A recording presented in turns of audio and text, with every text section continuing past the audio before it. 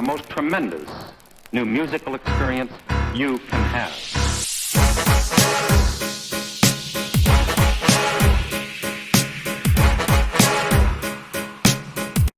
Alright, what's up y'all? It's Logan, and I'm here bringing you my podcast for the week of 12/20/2019.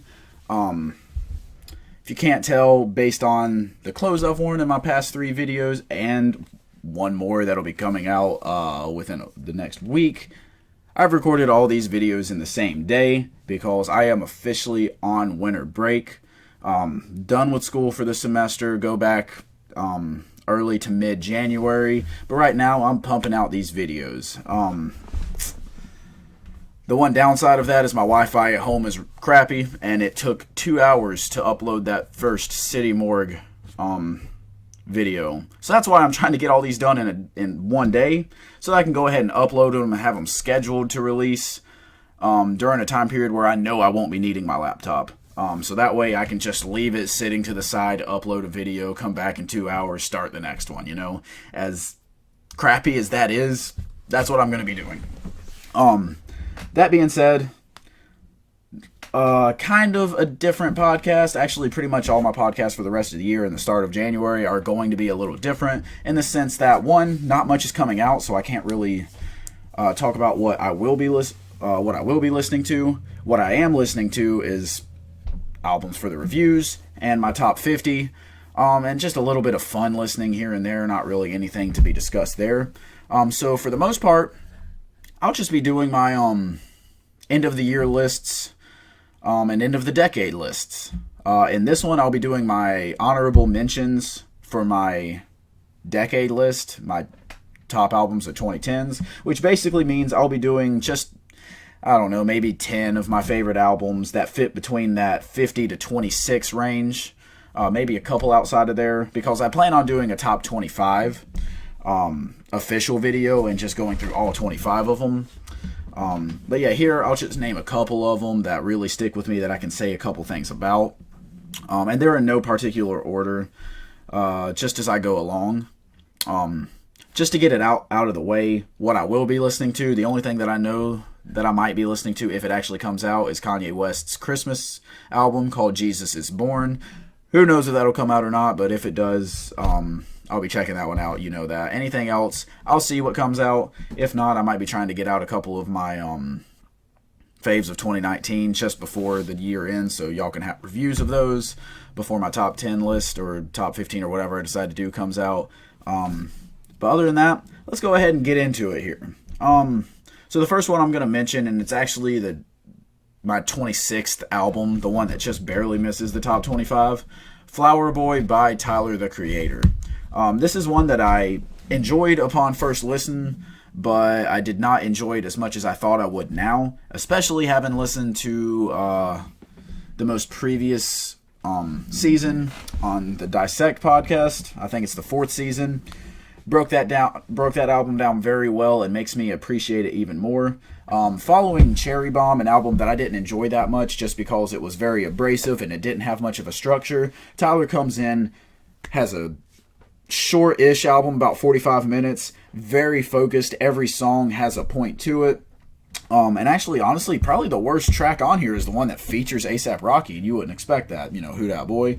Still really enjoy that song, but it does the least for the overall narrative. But the narrative on here is absolutely beautiful, talking about Tyler dealing with his sexuality to a degree, talking about just how he's becoming more comfortable with himself and stuff like that. So I really enjoy this project, and I thought it was definitely one of the best projects of the decade and definitely one of the best ones of 2017. Moving on from that, this one might be a bit of a surprise. A surprise that it's not in my top 25. I know a lot of people might give me crap for this, but 2014 Forest Hills Drive by J. Cole. I thought this project was absolutely amazing. Of course, most people will probably have it in their top 25. Me being from North Carolina, I know I'm going to get a lot of flack for this, but I don't fall into that group that praises him just because he's from the same state as me.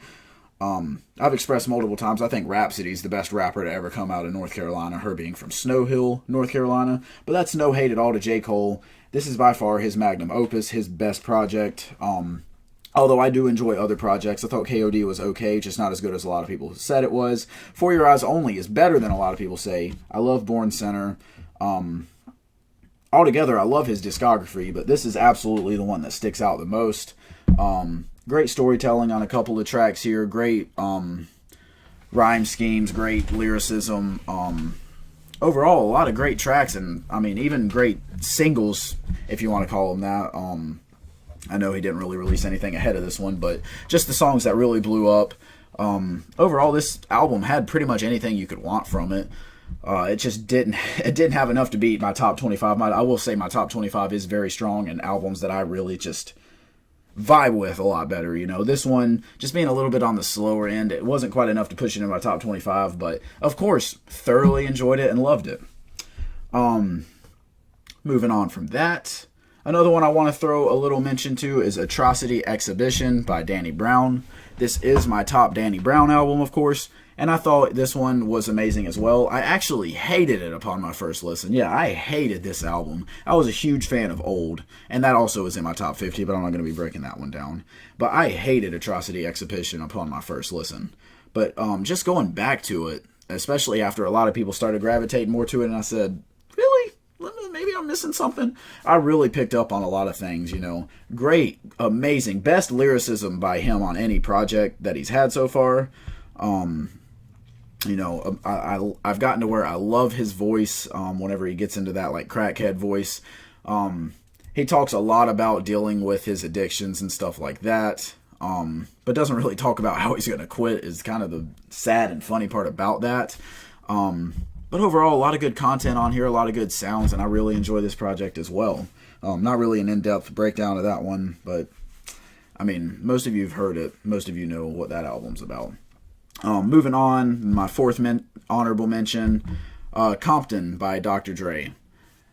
Out of nowhere comes 15, I believe? Yeah, 2016, my apologies.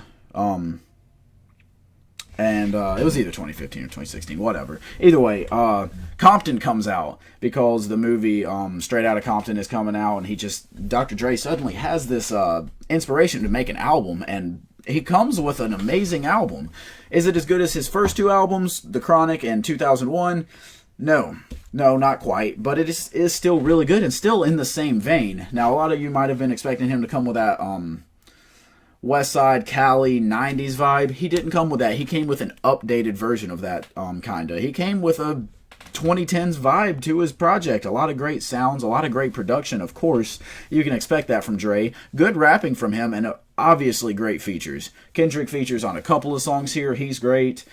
This album is one of the ones that introduced me to Anderson .Paak, who you know is one of my favorite artists nowadays, and he's absolutely amazing. Even a good Eminem verse shows up on here. And of course, you gotta have love for when Ice Cube shows up, for when he gets just a little snippet of Eazy-E. Overall, this album was absolutely amazing, and I love it. Other than that, let's go on to my fifth one, Pieces of a Man by Mick Jenkins. Y'all already know, if you've been following me since 2018, this album was one of my top 5 last year. I loved it. I loved all of these projects that I'm mentioning, but I loved this one. And just overall, it has a great storyline, a lot of good throwbacks to Gil Scott-Heron and his Pieces of a Man. But it does a great job of breaking down the pieces of a man and how a lot of people look at those small pieces and judge a man, but they don't see the whole picture. And so that's just a great concept. A lot of great solo tracks on here, but overall it comes together and the sum is much greater than the individual parts on this one. Beyond that, let's go to my sixth honorable mention, Elmatic by Elzhi. A lot of people actually don't know who Elzhi is, but he's someone that I've been following for a good while now out of Detroit. And this was the first project that I did hear by him, and I absolutely love it. He also has the album Lead Poison, which was really good. I believe that came out in 2016. That was a great project as well. But this one is his one that I absolutely stood out, and I look forward to what he comes out with next. But this one is kind of like a follow-up to Illmatic. It's like the Detroit current version of Illmatic. And while that sounds like a horrible idea, because no one can live up to Illmatic, and I'm not saying that this does. No, it's not as good as Illmatic. Still fantastic project. Absolutely amazing. A lot of good remixes of classic songs. You get a great Royce da 5'9" feature on here, and overall it combines to be one of the greatest albums of the decade. It's still in my top 50. Going on from there, we have Drogas Wave by Lupe Fiasco. That'll just be my 7th honorable mention. This album, crazy as it sounds, is almost an hour and 40 minutes long. It is so long, so many tracks. I don't even know how many tracks is on it, honestly, but it still combines to make such a great project. I'm not going to go out of my way and say it's his best project. I'm not going to say what his best project is. Y'all will find that out in my top 25. Yes, spoilers, he does have a top 25 album of the decade, but this project is absolutely amazing. Does a lot talking about racial issues and slavery. And overall, highly recommend checking this one out. Of course, Lupe is bringing great lyricism, as you would expect, so if you like Lupe, you'll love this one. Next, I'm going to throw out Hell the Sequel by Bad Meets Evil. Yes, Royce da 5'9" and Eminem come together. While Eminem has kind of been almost a laughingstock of this decade, Recovery was okay. Hell the Sequel, obviously, you know what I think about that. Marshall Mathers LP 2, some people love, some people hate. I fall more on the love side, but then Recovery and Moments on Kamikaze, and then a lot of his features have just brought his legacy downhill. But at the beginning of the decade, 2011, Hell the Sequel was absolutely amazing. It's his best rapping in many, many years. I love Relapse. I enjoy Recovery, but this is his best rapping since Lose Yourself. Since the Eminem Show. I mean, really, this is amazing rapping by him, and Royce da 5'9" is the only artist that I've found, other than within the past few years, of course, that can rap bar for bar with Eminem, and you cannot determine a winner. Because usually, you're like, oh, Eminem washed him. But no, Royce da 5'9" carries his own weight very well, and they both combine together to make an absolutely amazing collab album. In a time where collab albums usually consisted of either neither artist carrying their weight, or one artist doing all they could and the other one sucking. I'm looking at you, Future and Drake. Anyways, just 3 more to throw out there. You know that I loved Yeezus by Kanye. I know a lot of people hated this one originally, but are coming around to it now. It's one of those, just similar to 808s and Heartbreaks, had a very experimental sound to it. Kind of abrasive. I personally didn't enjoy it at first, but this is the last of confident, cocky Kanye we're ever going to get, it seems like, unless he comes back around.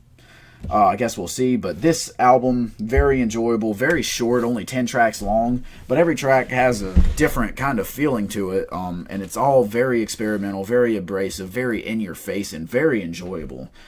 Moving on from that, just 2 more that I want to mention.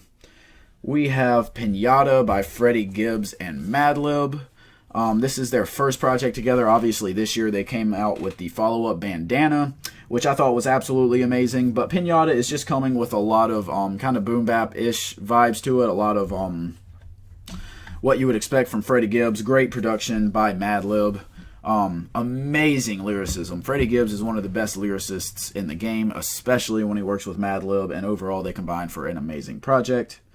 And my last honorable mention, and actually my 50th album, Legends Never Die by R.A. the Rugged Man. I just want this one to... there are other albums, better albums that I could have mentioned here, but this one is very well deserving of a top 50 spot, and I want to mention it because I don't think enough people know about it. R.A. the Rugged Man has been around since the 90s, but he has not put out that many albums. He actually worked with Biggie before, and a lot of people debate this and say that Biggie thought he sucked. That's false. Biggie actually came out and said that R.A. is one of the best lyricists, one of the best rappers he's ever worked with. And, I mean, it shows on this project. This is by far the best project he's come out with. He has said that he will be dropping in 2020. Fingers crossed on that, because this came out way back in 2013. He's not very consistent in putting out projects, but he does discover a lot of good young artists, such as Afro, AFRO. If you have not heard of him, highly recommend. He won an online contest that RA hosted, and since then has been working with some of the classic hip-hop artists and has put out great work, although limited work. But focusing back on R.A., this album has a lot of great songs on it. You have definition of a rap flow where he goes crazy. He has amazing diction within his rapping. He goes crazy with his flow on that one. You got let's see, you got a song with Tech Nine and Chris Calico on here, Hallelujah, which is a very good song. Again, he goes crazy on the flow there. You have a lot of really good storytelling projects songs on here. I'm sorry. Amazing storyteller. Just overall, highly recommend checking this one out. It is absolutely worth the listen. I listened to it way back in either 2013 or 2014. I can't remember exactly when I discovered him, but it was shortly after the album came out, and I have kept this album with me for a long time. I really enjoy it, and I think it's a great project that everyone should listen to. Also, a little side note, the man definitely looks like Sylvester Stallone when he was younger. I just have to get that out there. Regardless of all that, those are 10 honorable mentions that fall between 50 and 26 on my top 100 of the decade list, actually. I will be doing my top 25 probably next week, so keep a lookout for that. If you agree with my list, if you agree that all of these albums were great, hit me up in the comment section. If you think that they weren't, let me know. If you hated them, of course. Mention a couple of your favorite albums. Don't do your top 10. Leave that for next week. Don't do your top 25 even. But just a couple of ones that you thought should have been mentioned, maybe. Maybe they'll be in my top 25. Maybe we just aren't seeing on the same page. That's okay. I'd love to know what your thoughts are. Hit the like button, subscribe, share the video, hit the bell next to my name for notifications. I appreciate y'all watching, and I will see y'all next time.